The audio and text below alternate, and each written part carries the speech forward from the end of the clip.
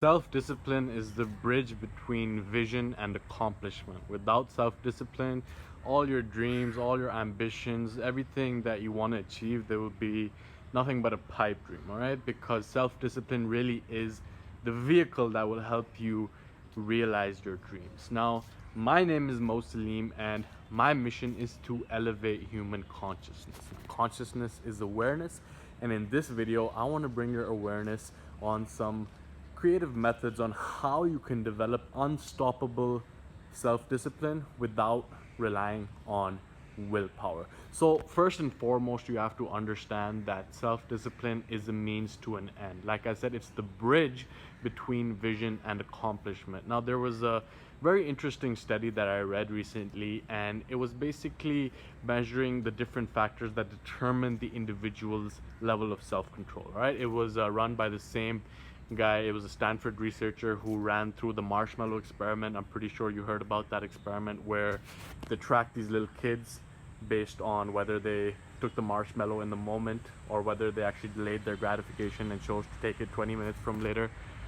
And long story short, basically the kids that actually resisted the marshmallow in the moment ended up having way better SAT scores, ended up having less substance abuse, ended up having better jobs, more stable families, more emotional control, and all these factors they trace back to be directly correlated to the child's ability to resist instant gratification and delaying taking the marshmallow in the moment compared to taking it in the future. Okay, so what that experiment basically demonstrated is that the ability to delay gratification is really a cornerstone in making progress in your life and achieving the goals that you want. Okay, so the same researcher actually ran a different experiment in which he brought in individuals, put them under an fMRI scan where he looked at their brains and observed which different parts of the brain actually lit up.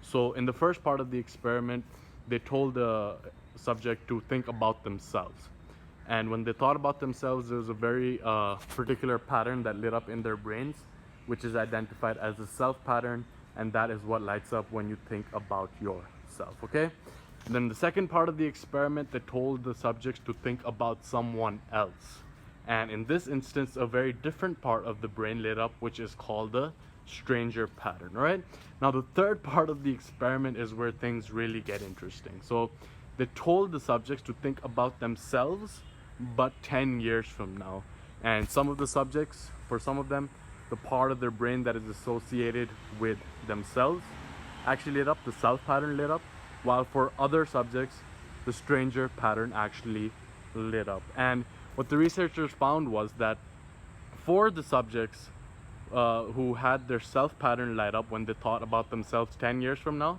they actually had way higher levels of self-control, they had way higher levels of self-discipline, and they were actually able to make the decisions in the present moment that aligned with their future vision. Okay, so this is important to you because really it comes down to having that clarity of vision.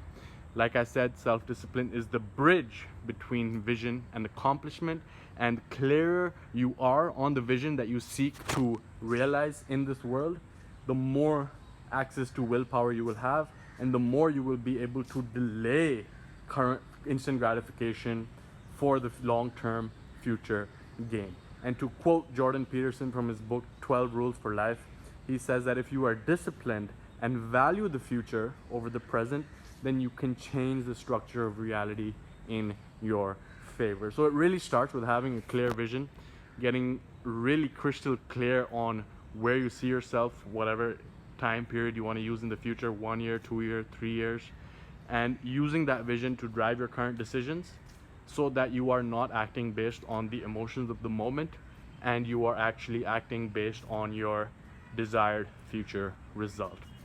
And the second part that I want to share with you is about the without willpower part. Okay, so understand that the most disciplined people in this world today, they don't spend their willpower, they invest their willpower in creating the habits that put their success on autopilot. Because when you spend it, then you end up running out of it eventually.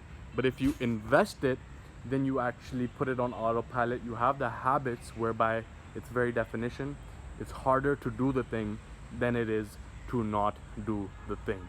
And there are a lot of studies out there which show that creating the right habits will actually be the slippery slope which will actually make it way more smoother to actually achieve your goals, so that you can stop relying on willpower, so you don't have to force it so much, but it's just who you are based on what you do, and every single thing that you do is aligned with where you want to go in the future. So what's worked for me really in this hustle and bustle world, I'm traveling so much right now, I'm visiting my family here, just getting grounded right now. This is another, as a side note, very great habit to really ground yourself and remind yourself of what's important. But just on a tangent there, but where was I saying? Basically, yeah, what's worked for me really in this world of distraction, when there's so much stimulus coming at us where it's really hard to maintain our focus, is to really master the AM and PM bookends. Okay, this is an idea which I learned from the book Compound Effect. I don't remember what the author's name is, but it's a great book. So